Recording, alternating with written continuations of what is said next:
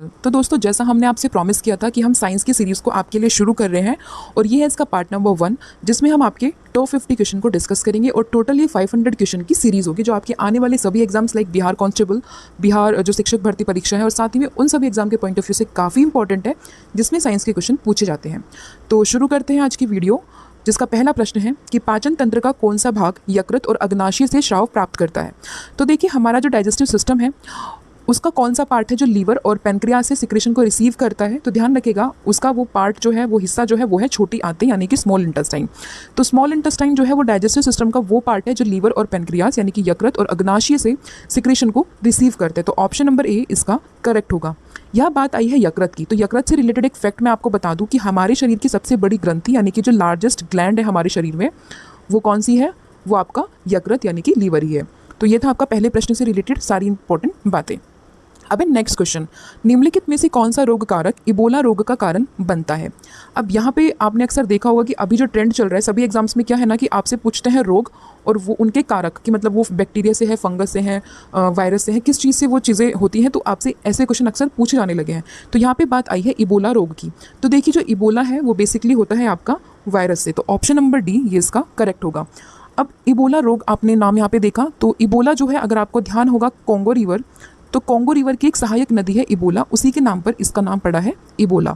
ठीक है, इस रोग को फैलने में कौन मदद करता है? लाइक मैंने आपको बताया वायरस, लेकिन साथ ही में जो पसीना है, जो लार है, यानी कि जो मानव का सलाइवा है या फिर उसका स्वेट है, उसकी हेल्प से ये फैलता है। इसके जो लक्षण है वो कॉमन लाइक उल्टी, दस्त, बुखार, सिर दर्द, आंखों का लाल होना, गले में कफ, ये सब इसके लक्षण है। तो आपको ध्यान रखना है कि इबोला रोग जो है वो होता है वायरस से यानी कि विषाणु से। इसके अलावा आपने नाम सुना होगा एड्स का, ये भी वायरस से होता है, नाम है इसका HIV वायरस। तो ये भी आपको इसमें ध्यान रखना है। नेक्स्ट है, निम्नलिखित में से कौन सी बीमारी कवक के कारण पैदा होती है। अब आपको बताना है कि फंगस के द्वारा जो बीमारी होती है वो इनमें से कौन सी है। तो देखिए, जो दाद है, ठीक है, दाद जो है वो बेसिकली आपका फंगस के द्वारा होता है, यानी कि कवक के द्वारा होता है। और ये जो कवक का नाम है वो क्या है? इस कवक का नाम है ट्राइकोफाइटोन, यानी कि ट्राइकोफाइटोन नाम का एक कवक है। उसी की वजह से ये जो है आपका दाद वाली प्रॉब्लम ये आपको देखने के लिए मिलती है। तो ऑप्शन नंबर डी इसका करेक्ट होगा। अब कवक का काम बेसिकली क्या होता है कि कवक जो है, फंगस जो है, वो त्वचा के अंदर जाकर एक जाल बना लेता है। ठीक है, जैसे ये आपकी स्किन है, अंदर कवक गया और इसने से जालीनुमा कुछ स्ट्रक्चर बनाया और फिर आपके त्वचा पर ये धीरे धीरे लाल रंग के छोटे छोटे धब्बे पड़ने शुरू हो जाते हैं, जिसको आप क्या कहते हो? दाद कहते हो। और ध्यान रखना, ये एक संक्रामक रोग है। और यहाँ पे बात आई है कवक की, तो स्टडी जो होती है कवक की, तो कवक की स्टडी को कहते हैं माइकोलॉजी। तो ये भी आपको इसमें ध्यान रखना है। ठीक है, तो इसका आंसर बेसिकली होगा दाद, कवक से होने वाली बीमारी दाद। नेक्स्ट है, पृथ्वी पर मौजूद वृक्षों की सबसे पुरानी जीवित प्रजाति कौन सी है, यानी कि which is the oldest living species of tree on the earth, कि अभी तक की सबसे पुरानी जीवित प्रजाति जो है वृक्षों की, वो हमारी धरती पर कौन सी है। तो वो है आपका ब्रिसलकॉर्न पाइन। तो ऑप्शन नंबर ए इसका करेक्ट होगा कि पृथ्वी पर मौजूद वृक्षों की सबसे पुरानी जीवित प्रजाति है ब्रिसलकॉर्न पाइन। ठीक है, ये बेसिकली आपको यूएसए की तरफ, जो आपका पश्चिमी यूएसए है, पश्चिमी संयुक्त राष्ट्र अमेरिका है, वहाँ पर आपको इसको देखने के लिए मिल जाएंगे। इसके अलावा अगर हम बात करें संसार में सबसे बड़ा वृक्ष, तो इसका आंसर आपको कमेंट सेक्शन में बताना है कि हमारे संसार में सबसे लंबा वृक्ष जो है वो कौन सा है। तो इसका आंसर आपको कमेंट सेक्शन में बताना है। नेक्स्ट है, वह पदार्थ जिससे आपकी प्रतिरक्षा प्रणाली यानी कि जो इम्यून सिस्टम है उसके विरुद्ध एंटीबॉडी का उत्पादन करती है। तो देखिए, इसका आंसर जो है वो हो जाएगा एंटीजन, यानी कि ऑप्शन नंबर ए। तो अब बात करते हैं एंटीजन की, ये होता क्या है। तो एंटीजन एक वो पदार्थ है जिससे जो हमारी जो इम्यून सिस्टम है, जो प्रतिरक्षा प्रणाली है, उसके विरुद्ध एक एंटीबॉडी का उत्पादन होता है। ठीक है, और इसमें जो एंटीजन है वो 2 प्रकार के होते हैं, एंटीजन ए और एंटीजन बी। तो ये भी आपको इसमें ध्यान रखना है। जो 4 हमारे पास ब्लड ग्रुप होते हैं, ए, बी, AB और O, तो जिसमें रक्त समूह O है, यानी कि जो ब्लड ग्रुप O है, उसको सर्वदाता रक्त समूह कहते हैं, क्योंकि इसमें कोई भी एंटीजन नहीं होता। ठीक है, और जो रक्त समूह AB है उसको सर्वग्रहता रक्त समूह कहते हैं, कि वो सभी के रक्त को ग्रहण कर लेता है, क्योंकि इसमें कोई भी एंटीबॉडी नहीं होती। तो ये भी क्वेश्चन आपसे अक्सर पूछे जाते हैं, तो ये भी आपको ध्यान रखना है। ठीक है, तो ये था इसका answer antigen, option number A. Next है, मानव शरीर की सबसे छोटी हड्डी कौन सी होती है। तो मानव शरीर की सबसे छोटी हड्डी यानी कि the smallest bone of the human body, तो ये हो जाएगी आपकी स्टीपीज, ऑप्शन नंबर बी। और ये बेसिकली आपको कान में देखने के लिए मिलती है। ठीक है, यानी कि जो स्टीपीज है, जो हमारे स्टीपीज है, वो अक्सर क्या हमारे कान में मौजूद होती है वो, और हमारे शरीर की सबसे छोटी हड्डी वो होती है। वही बात करें अगर हम हमारी शरीर की सबसे बड़ी हड्डी, तो वो हमारी जांघ की हड्डी होती है, जिसका नाम होता है फीमर। ठीक है, तो ये भी इसमें आपको ध्यान रखना है। शरीर की सबसे छोटी हड्डी ये हो जाएगी स्टीपीज और सबसे बड़ी हड्डी वो हो जाएगी फीमर। तो इसका ऑप्शन नंबर बी आपका करेक्ट हो जाएगा। नेक्स्ट है सूर्य के प्रकाश में कितने रंग निहित होते हैं। जो आपकी सनलाइट होती है उसमें टोटल 7 रंग आपके होते हैं। जो आपका रेनबो बनता है ना विबग्योर से, तो वही 7 कलर इसमें प्रेजेंट होते हैं। ठीक है, तो ये आपको ध्यान रखना है। इसमें आप ये भी ध्यान रख सकते हो कि 7 कलर का ये मिक्सचर होता है और इसको व्हाइट लाइट के नाम से जानते हैं। और जब सूर्य का प्रकाश किसी प्रिज्म से होकर गुजरता है तो वो अपवर्तन के पश्चात जो है प्रिज्म के आधार की ओर झुक जाता है। मतलब जैसे ये प्रिज्म है, ठीक है, आपका यहाँ से सन है और कोई लाइट आपकी गई तो यहाँ से जो बैंड होकर रेज निकलती है तो इन्हीं को आप विबग्योर कहते हो। तो यहाँ से आपको प्रतीत होता है कि जो सूरज है वो बेसिकली कॉम्बिनेशन, मतलब सन की जो रेज है वो बेसिकली कॉम्बिनेशन है किसका, 7 डिफरेंट कलर का। तो ऑप्शन नंबर सी इसका करेक्ट होगा। नेक्स्ट, निम्नलिखित में से किस उपकरण का उपयोग विद्युत प्रवाह के मापन के लिए किया जाता है, चाहे वह दिष्ट धारा हो या फिर प्रत्यावर्ती धारा। यानी कि which of the following instrument is used to measure electric current whether it is direct current और इनडायरेक्ट करंट या फिर ऑल्टरनेटिंग करंट। तो देखिए, करंट को मेजर करने के लिए हम बेसिकली किस चीज़ का इस्तेमाल करते हैं, वो हम एक मीटर का इस्तेमाल करते हैं जिसका नाम होता है एमीटर। यानी कि एमीटर उपकरण का उपयोग हम विद्युत प्रवाह के मापन के लिए करते हैं, फिर वो चाहे डायरेक्ट करंट हो या फिर आपका ऑल्टरनेटिंग करंट हो। वही बात करें हाइग्रोमीटर की, तो इसका इस्तेमाल होता है वायुमंडलीय आर्द्रता को मापने के लिए। फिर बात करें वाट मीटर की, तो वाट मीटर जो है वो किसी विद्युत लोड द्वारा ली जा रही विद्युत शक्ति को मापने के लिए यूज़ होता है। और पायरोमीटर की बात करें तो ये ऊंचे तापमान की माप करने के लिए इसका इस्तेमाल होता है। तो इसमें आपसे पूछा गया है विद्युत प्रवाह के लिए, तो आंसर होगा इसका ammeter, option number D. Next है डैश, एक ऐसा उपकरण जिसका उपयोग विद्युत सर्किट में 2 बिंदुओं के बीच विद्युत विभवांतर यानी कि जो पोटेंशियल डिफरेंस है उसके मापन के लिए किया जाता है। तो देखिए, इसका जो राइट आंसर होगा वो होगा आपका voltmeter, option number C. तो वोल्ट मीटर जो है वो एक ऐसा उपकरण है जिसका उपयोग विद्युत सर्किट में 2 बिंदुओं के बीच, मतलब 2 बिंदु है, इनके बीच कितना पोटेंशियल डिफरेंस है, कितना विद्युत विभवांतर है, उसको मापने के लिए हम यूज़ करते हैं वोल्ट मीटर का। तो ऑप्शन नंबर सी ये इसका करेक्ट होगा। वही मैंने इसे पिछले क्वेश्चन में बताया एमीटर का काम, तो एमीटर का काम होता है विद्युत धारा के परिमाण को मापने के लिए हम इसका इस्तेमाल करते हैं। वहीं गैल्वेनोमीटर की बात करें तो किसी परिपथ में विद्युत धारा का पता लगाने के लिए हम इस यंत्र का इस्तेमाल करते हैं। तो इसका राइट आंसर ये हो जाएगा आपका voltmeter, option number C. Next है, सूर्य के प्रकाश की लाल और हरे रंग की तरंग दैर्घ्य के अलावा महासागरों के जल के अणुओं द्वारा सूर्य के प्रकाश की अन्य कौन कौन से रंग की तरंग दैर्घ्य अवशोषित की जाती है। तो अभी मैंने आपको बताया कि जो सूरज है वो बेसिकली 7 कलर का कॉम्बिनेशन है, मतलब सन की जो रेज है वो 7 कलर से मिलकर बनी होती है।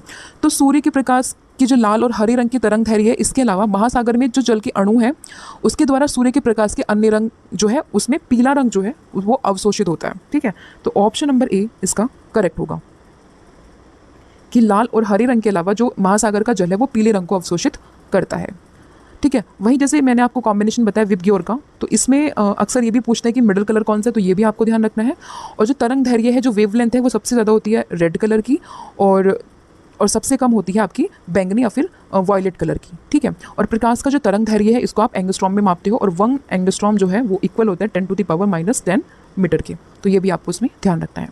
नेक्स्ट है, कॉर्निया के पीछे पाए जाने वाले ऊतक के रंगीन विलय को किस नाम से जाना जाता है, जो पुतली के आकार को समायोजित करके आँख में प्रवेश करने वाले प्रकाश की मात्रा को नियंत्रित करता है। तो कॉर्निया के पीछे जो पाए जाने वाला वो ऊतक है जो कि हमारे बैलेंस करता है कि कितनी रोशनी आंखों के अंदर जानी है, वो है आपका आइरिस। तो ऑप्शन नंबर ए इसका करेक्ट हो जाएगा। आइरिस ही मदद करता है कि अगर आप ने कोई मतलब आपकी जो है लाइट आपकी आंखों पे पड़ रही है तो कितना अमाउंट उसका आपकी आंखों के द्वारा कैप्चर होगा, कितना नहीं करना है, वो सब डिसाइड करता है आइरिस के द्वारा। आपने अक्सर देखा होगा कि जब आप छत पे जाते हो, धूप में होते हो या फिर कहीं भी धूप में आप गए, फिर डायरेक्टली आप किसी कमरे में आते हो तो आप क्लियरली नहीं देख पाते, क्योंकि उस टाइम पे जो आपकी आइरिस है वो अपने आप को एडजस्ट कर रही होती है अकॉर्डिंग टू दी सिचुएशन। तो उसी का रोल होता है कि कितनी लाइट आपको लेनी है, कितनी लाइट आपको नहीं लेनी है, उसमें रोल होता है आपका आइरिस का।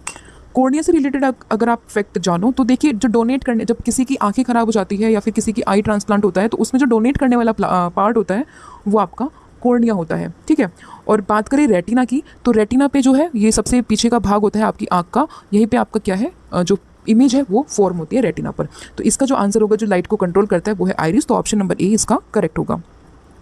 नेक्स्ट है, कोयले का जलना, ये किस अभिक्रिया का उदाहरण है। तो कोयले का जलना ये एक संयोजन जो है वो अभिक्रिया है, यानी कि कॉम्बिनेशन प्रोसेस है ये, क्योंकि कार्बन जब ऑक्सीजन के साथ रिएक्ट करता है तो वो CO2 बनाता है। तो यही आपकी जो है कॉम्बिनेशन हो रहा है 2 का किसी सिंगल में। तो ये आपका एग्जाम्पल हो जाएगा किसका, कॉम्बिनेशन प्रोसेस यानी कि संयोजन अभिक्रिया का। तो ऑप्शन नंबर ए इसका करेक्ट होगा। अब यहाँ पर बात है ये कोयले की, तो आपने कोयले के डिफरेंट टाइप्स सुने होंगे। तो कोयले के बेसिकली 4 मुख्य प्रकार होते हैं, जिसमें आता है पीट, लिग्नाइट, साथ में आपका बिटुमिनस और एक होता है एंथ्रासाइट। ठीक है, तो ये 4 आपके प्रकार होता है। इसमें जो लिग्नाइट होता है वो भूरा कोयला होता है और एंथ्रासाइट जो होता है वो सर्वोत्तम किस्म का कोयला होता है। तो ये आपको ध्यान रखना है। ठीक है, यानी कि कोयले का जलना जो है वो एक कॉम्बिनेशन प्रोसेस है, एक संयोजन प्रोसेस है। और अदर फैक्टर अगर आप जानो तो कोयला जो है वो बेसिकली 4 इसके मुख्यतः प्रकार मिलते हैं, पीट, लिग्नाइट, बिटुमिनस और एंथ्रासाइट, जिसमें लिग्नाइट जो है उसे भूरा कोयला भी कहते हैं और एंथ्रासाइट जो है वो सबसे अच्छा किस्म का कोयला होता है। फिर निम्नलिखित में से कौन सा एक प्राकृतिक अम्ल क्षारक संकेतक नहीं है? ठीक है, तो इसमें जो है आपका ऑप्शन हो जाएगा ऑप्शन नंबर डी। ठीक है, कि जो अजवाइन के पत्ते हैं, जो ओरिगेनो लीव्स हैं, वो आपका अम्ल का संकेतक नहीं होता। इसके अलावा जो पेटोनिया के फूल, जेरेनियम के फूल, लाल गोभी के पत्ते, ये सभी के सभी जो है ना, रेड कैबेज के लीव्स, ये सभी के सभी आपका एक इंडिकेटर हैं जो कि आपको बताते हैं कि कोई भी आपका प्रोडक्ट है, जो आपका सोल्यूशन है, वो अम्ल है या नहीं। लेकिन अजवाइन के पत्ते ऐसा कुछ नहीं बताते। अम्ल के लिए बेसिक कंडीशन क्या होती है? H+ आयन का होना। वही जो आपका बेस होता है, जो क्षारीय होता है, उसका जो बेसिक फैक्टर होता है वो होता है OH नेगेटिव। तो ये भी आपको इसमें ध्यान रखना है। इसके अलावा आपने बहुत ही फेमस एक सूचक का नाम सुना होगा, लिटमस पेपर, मिथाइल ऑरेंज या फिर फिनोल्फेथिलीन। तो ये सब भी इंडिकेटर होते हैं, लेकिन अकॉर्डिंग टू दी ऑप्शन इसका राइट आंसर होगा ऑप्शन नंबर डी। फिर एक कृत्रिम फाइबर आसानी से आग पकड़ लेता है, परंतु अग्निशमन कार्मिकों की जो वर्दी है उसको अग्नि प्रतिरोधी बनाने के लिए इस पर हम किस चीज़ की कोटिंग करते हैं? तो इसमें जो कोटिंग की जाती है वो होती है मेलामाइन की। ऑप्शन नंबर सी इसका करेक्ट होगा। ठीक है, क्योंकि हमें पता है कि जो आर्टिफिशियल फाइबर होते हैं वो तो बहुत आसानी से आग को पकड़ लेते हैं, लेकिन जो अग्निशमन है उनका तो काम ही होता है आगों से उसको बुझाना। तो जो फायर पर्सोनल होते हैं वो बेसिकली मेलामाइन नाम की एक प्लास्टिक कोटिंग की एक ड्रेस होती है, उसको पहनते हैं और फिर वो इस आग से जो है वो बच पाते हैं। तो ऑप्शन नंबर सी इसका करेक्ट होगा। फिर है सभी एसिड धातुओं के साथ अभिक्रिया कर कौन सी गैस का उत्पादन करते हैं? तो इससे आप एक रिएक्शन के हेल्प से कर सकते हो कि अगर आपने कोई भी धातु ली, लेट सपोज आपने ले ली यहाँ पर जिंक, ठीक है, एसिड आपने ले लिया कोई HCl। जब आपने इन दोनों की रिएक्शन कराई तो बैलेंसिंग अगर आप करोगे तो ZnCl2 + H2, ठीक है, इसको बैलेंस कर दो यहाँ पे 2 करके। तो देखिए यहाँ पे कौन सी गैस आपकी रिलीज हो रही है? H2 यहाँ पर रिलीज हो रही है। तो इसका राइट आंसर होगा हाइड्रोजन की। अगर आप किसी भी एसिड की और धातु की आपस में रिएक्शन कराते हो, अभिक्रिया कराते हो, तो उससे जो हमेशा गैस उत्पन्न होगी वो होगी आपकी हाइड्रोजन। आप कोई भी एग्जाम्पल लेके इसको ट्राई कर सकते हो। अब यहाँ पे हाइड्रोजन की बात आई है तो ये पहली पोजीशन पे रखा गया है हमारी पीरियोडिक टेबल में, और इसका जो द्रव्यमान है और इसका जो एटॉमिक मास नंबर दोनों ही 1 होता है। ठीक है, और आपने देखा होगा अक्सर सूरज वगैरह में हाइड्रोजन हीलियम से मिलकर वो बने होते हैं, और हाइड्रोजन को ही भविष्य का ईंधन भी कहा जाता है। 1766 में हाइड्रोजन की खोज जो है वो हेनरी कैवेंडिश के द्वारा की गई थी। ठीक है, हाइड्रोजन के 3 समस्थानिक होते हैं, ये भी आपको पता होगा, प्रोटियम, ड्यूटीरियम और ट्राइटियम। और जो भारी जल आपका होता है वो D2O होता है, जो कि हाइड्रोजन के सेकेंड आइसोटॉप से मिलकर बना होता है। नेक्स्ट है पदार्थ की निम्नलिखित में से किस अवस्था को बोस-आइंस्टाइन कंडेंसेशन के नाम से जाना जाता है? तो देखिए जो पदार्थ है, जो मैटर है, उसकी 5 स्टेट होती है हमारी, सॉलिड, लिक्विड, गैस, प्लाज्मा और बोस-आइंस्टाइन कंडेंसेशन। तो बोस-आइंस्टाइन कंडेंसेशन यहाँ पर हुई आपकी 5वीं स्टेट, यानी कि ऑप्शन नंबर बी ये इसका करेक्ट हो जाएगा। नेक्स्ट है कार्बन के कुल कितने प्राकृतिक समस्थानिक होते हैं? तो कार्बन की बात करें तो टोटल जो इसके समस्थानिक होते हैं वो होते हैं 3। कौन कौन से होते हैं? तो एक होता है 6C12, 6C13 और 6C14। ये कार्बन डेटिंग के लिए इस्तेमाल किया जाता है। तो नेचुरली इसके 3 आइसोटॉप या फिर समस्थानिक होते हैं।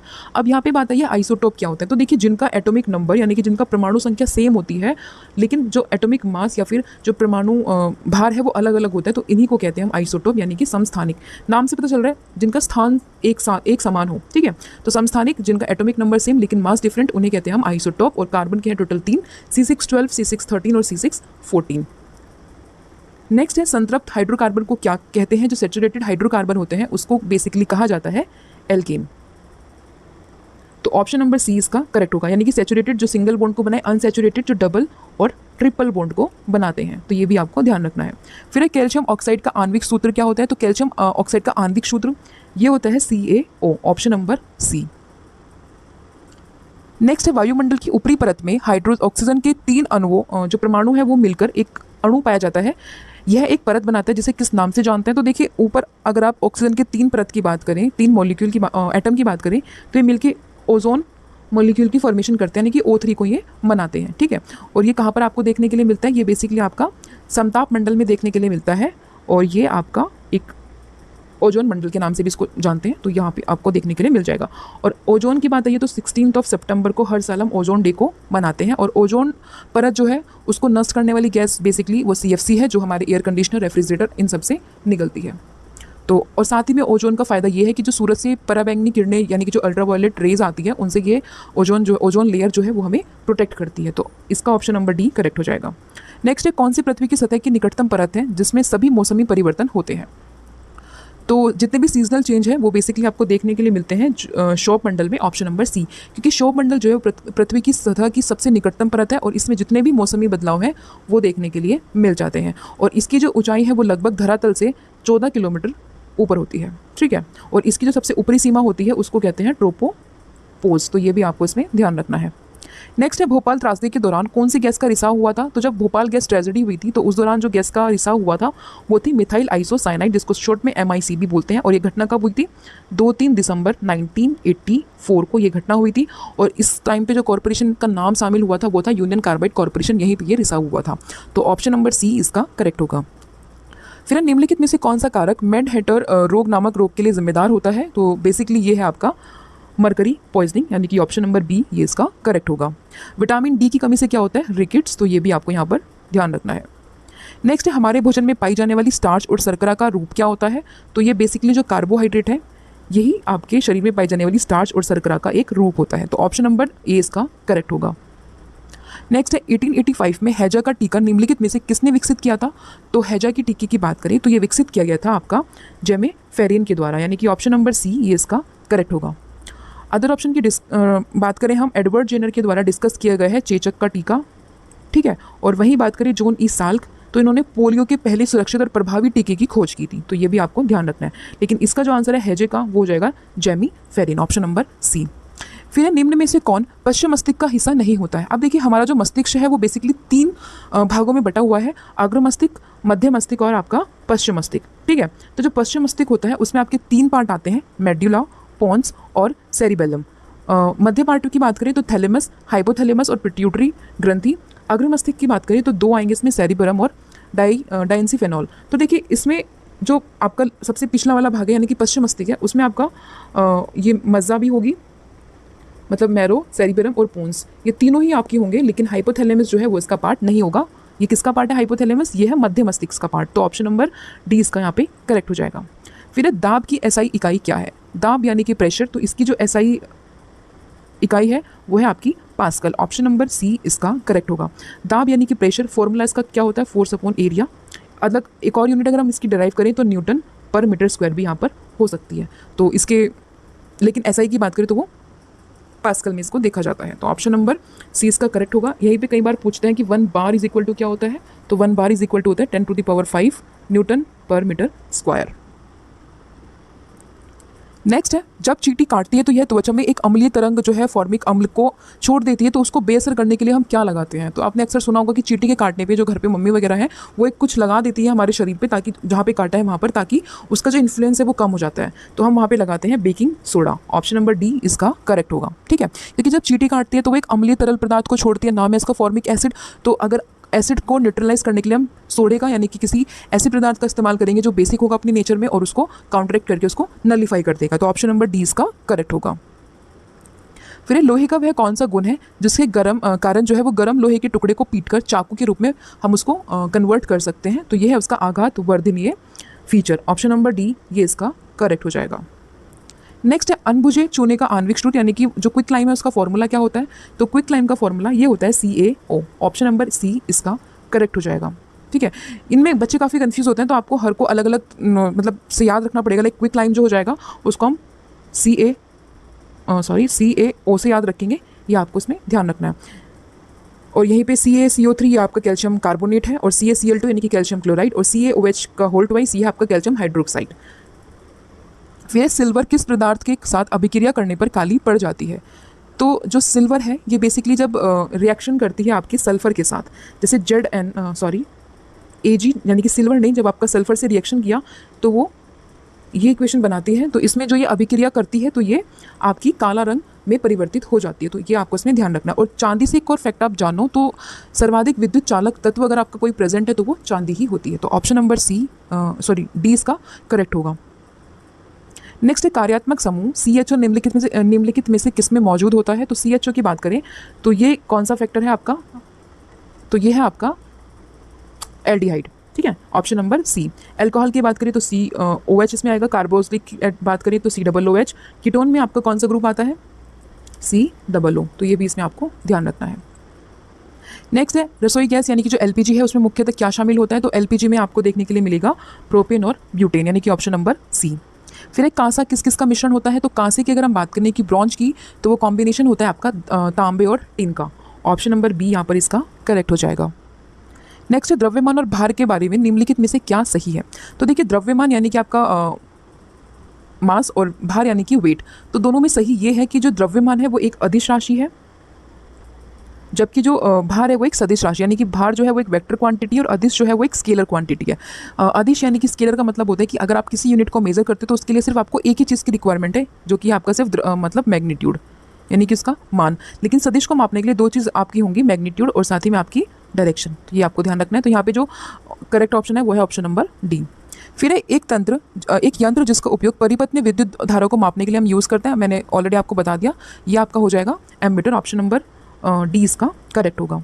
फिर है रक्तलापता, ये क्या है? एनीमिया जो है वो एक क्या है? तो एनीमिया की अगर आपने सुना होगा तो ये एक क्या है? डेफिशिएंसी डिसीज़ है। और किस वजह से होती है? जब हमारे शरीर में किसकी कमी हो जाती है? आयरन की कमी होने पर हमें एनीमिया रोग देखने के लिए मिलता है। तो ऑप्शन नंबर जो है इसका सी यहाँ पे करेक्ट होगा। फिर है फंक ने किसका आविष्कार किया था? तो फंक की बात करें तो इन्होंने खोज की थी विटामिन की, ठीक है। विटामिन की खोज किसके द्वारा की गई थी? फंक के द्वारा। वही हार्मोन्स की बात करें तो ये की थी ईएच स्टर्लिंग ने। प्रोटीन की खोज ये की गई थी राडन जोहान्स मुडलर के द्वारा, और एंजाइम की खोज ये की गई थी एल्समे पाइन के द्वारा। तो फंक के द्वारा जो खोज की गई थी वो की गई थी विटामिन की। तो ऑप्शन नंबर ए इसका करेक्ट होगा। नेक्स्ट संवेग ज्ञात करने का सूत्र। संवेग यानी कि आपका मोमेंटम। तो मोमेंटम का फॉर्मूला क्या होता है? तो मोमेंटम का फॉर्मूला ये होता है द्रव्यमान इंटू वेग, यानी कि P is equal to mv, mass into velocity. तो ऑप्शन नंबर डी इसका करेक्ट होगा, ठीक है। इसमें आप ध्यान रखिएगा, अगर आपसे यूनिट के बारे में पूछे तो इसकी यूनिट रहेगी किलोग्राम मीटर पर सेकंड, क्योंकि मास को हम मेजर करते हैं किलोग्राम में और वेलोसिटी को मेजर करते हैं मीटर पर सेकंड में। तो ऑप्शन नंबर डी इसका आंसर है, लेकिन अगर यूनिट की बात करें तो वह किलोग्राम मीटर पर सेकंड। नेक्स्ट है निम्न में से कौन सा घोल इन सभी में सबसे अम्लीय है? तो आपने पीएच स्केल के बारे में सुना होगा, जो कि 1 से लेके 14 तक की होती है, बीच में 7 पे न्यूट्रल होगा। इससे पहले जितनी भी चीज़ें होंगी वो एसिडिक नेचर की होंगी, इसके बाद की जो भी होंगी तो वो बेसिक नेचर की होंगी। तो जो 0 वाला होता है वो सबसे ज़्यादा एसिडिक होता है। तो ऑप्शन नंबर ए ये इसका करेक्ट होगा। फिर एक कुछ जंतुओं का रुधिर जो है वो नीला होता है, तो उसमें ऐसा क्या होता है कि जिसकी वजह से उनका जो रंग है खून का वो थोड़ा नीले रंग का होता है? तो देखिए जिन जंतुओं का रुधिर नीला होता है तो उनके अंदर आपको देखने के लिए मिलेगा हीमोसाइनिन, ऑप्शन नंबर बी। फिर निम्नलिखित में से वह कौन सा सहजीवी संबंध को दर्शाता है? तो सहजीवी संबंध को दर्शाने वाला इनमें से है लाइकेन, ऑप्शन नंबर 1, यानी कि एक सिम्बायोटिक रिलेशनशिप को शो करता है, तो वो है आपका लाइकेन। और आपने ये भी सुना होगा कि इसी के द्वारा, लाइकेन्स के द्वारा ही आप वायु प्रदूषण का भी पता लगा सकते हो। नेक्स्ट है निम्नलिखित में से कौन सी नोबल गैस है? तो इनमें से जो आपके पास ऑप्शन अवेलेबल है, तो इसमें से जो नोबल गैस है वो है आपकी आर्गन, स्पेलिंग यहाँ पे गलत है, तो ऑप्शन नंबर ए इसका करेक्ट होगा। और नोबल गैस कौन सी होती है? जो किसी और एलिमेंट के साथ रिएक्शन नहीं कर पाती, वो खुद में स्टेबल होती है। और ये लास्ट वाला जो ग्रुप आपका पीरियोडिक टेबल में है वहाँ पर आपको देखने के लिए मिल जाएंगी। नेक्स्ट है छुई मुई यानी कि टच मी नॉट, पौधे का वैज्ञानिक नाम क्या है? तो इसका वैज्ञानिक नाम ये है mimosa pudica, option number D. फिर है बेरीबेरी नामक रोग, ये किस विटामिन की कमी से होता है? तो बेरीबेरी नाम का रोग जो है वो विटामिन B1 की कमी से होता है, ऑप्शन नंबर डी इसका करेक्ट हो जाएगा, ठीक है। और B1 का अगर आप साइंटिफिक नाम की बात करें तो ये होता है आपका थाइअमीन, ऑप्शन नंबर डी का साइंटिफिक नेम है थाइअमीन। तो ऑप्शन नंबर डी इसका करेक्ट होगा कि बेरीबेरी रोग किससे होता है? विटामिन B1 से होता है। फिर कोशिका की ऊर्जा इकाई यानी कि एनर्जी करेंसी को क्या कहते हैं? तो जो कोशिका है, जो सेल है, उसकी एनर्जी इकाई को कहते हैं ATP। फुल फॉर्म है इसकी एडिनोसाइन ट्राइफॉस्फेट, ठीक है। तो ये आपको ध्यान रखना है, ऑप्शन नंबर सी ये इसका करेक्ट होगा। RNA की बात करें और DNA की बात करें, इन दोनों की फुल फॉर्म आप मुझे कमेंट सेक्शन में बताएंगे, लेकिन कोशिका की ऊर्जा इकाई ये होगी आपकी ATP, एडिनोसाइन ट्राइफॉस्फेट। नेक्स्ट है वंशागति नियम की खोज किसने की थी? तो वंशागति नियम की खोज ये की गई थी ग्रेगर मेंडल के द्वारा, ऑप्शन नंबर डी ये इसका करेक्ट होगा। फिर है किस गैस को हंसाने वाली गैस के नाम से जाना जाता है? तो हंसाने वाली गैस ये है आपकी nitrous oxide, option number A इसका करेक्ट होगा। मीथेन का फॉर्मूला ध्यान रखना CH4, हीलियम आपकी नोबल गैस है और साथ में CO2 आपकी कार्बन डाइऑक्साइड, ये ग्रीन हाउस गैस है। फिर निम्नलिखित में से किसका उपयोग जल के शुद्धिकरण के लिए किया जाता है? तो जल के शुद्धिकरण की बात करें तो उसमें आपका इस्तेमाल होगा इनमें से फिटकरी। वैसे तो हम क्लोरीन का भी इस्तेमाल करते हैं, लेकिन अकॉर्डिंग टू दी ऑप्शन हम यूज़ करेंगे यहाँ पर फिटकरी को, ठीक है। तो ऑप्शन नंबर बी ये इसका करेक्ट होगा। फिर है उर्वरक, जो आपके फर्टिलाइजर्स हैं, जो उर्वरक हैं, उनके पैक पर मुद्रित अक्सर जो है NPK, वो किस चीज़ को दर्शाता है? तो आपने कभी फर्टिलाइजर्स के बैग्स को देखा होगा, तो उस पर NPK लिखा होता है, तो वो बेसिकली शो करता है आपका नाइट्रोजन, पोटेशियम और फॉस्फोरस को, राइट? ये किसको करता है? नहीं, ये करता है आपका नाइट्रोजन, नाइट्रोजन, फॉस्फोरस और पोटेशियम को। तो ऑप्शन नंबर बी इसका करेक्ट। बच्चे अक्सर कंफ्यूज होते हैं यहाँ पे फॉस्फोरस और पोटेशियम में, तो देखिए आंसर इसका होगा आपका बी, नाइट्रोजन, फॉस्फोरस और पोटेशियम। ठीक है, तो ऑप्शन नंबर बी ये इसका करेक्ट होगा। तो ये थे आपके टॉप 50 क्वेश्चन जिसमें हमने इंक्लूड करे उन सभी क्वेश्चंस को जो आपके प्रीवियस ईयर में पूछे गए हैं और आने वाले एग्जाम्स में इनकी पॉसिबिलिटी। अब मिलते हैं नेक्स्ट वीडियो में सेकंड पार्ट में जिसमें हम अदर 50 क्वेश्चन को डिस्कस करेंगे। तो आज के लिए इतना ही। Thank you so much, have a good day, bye bye.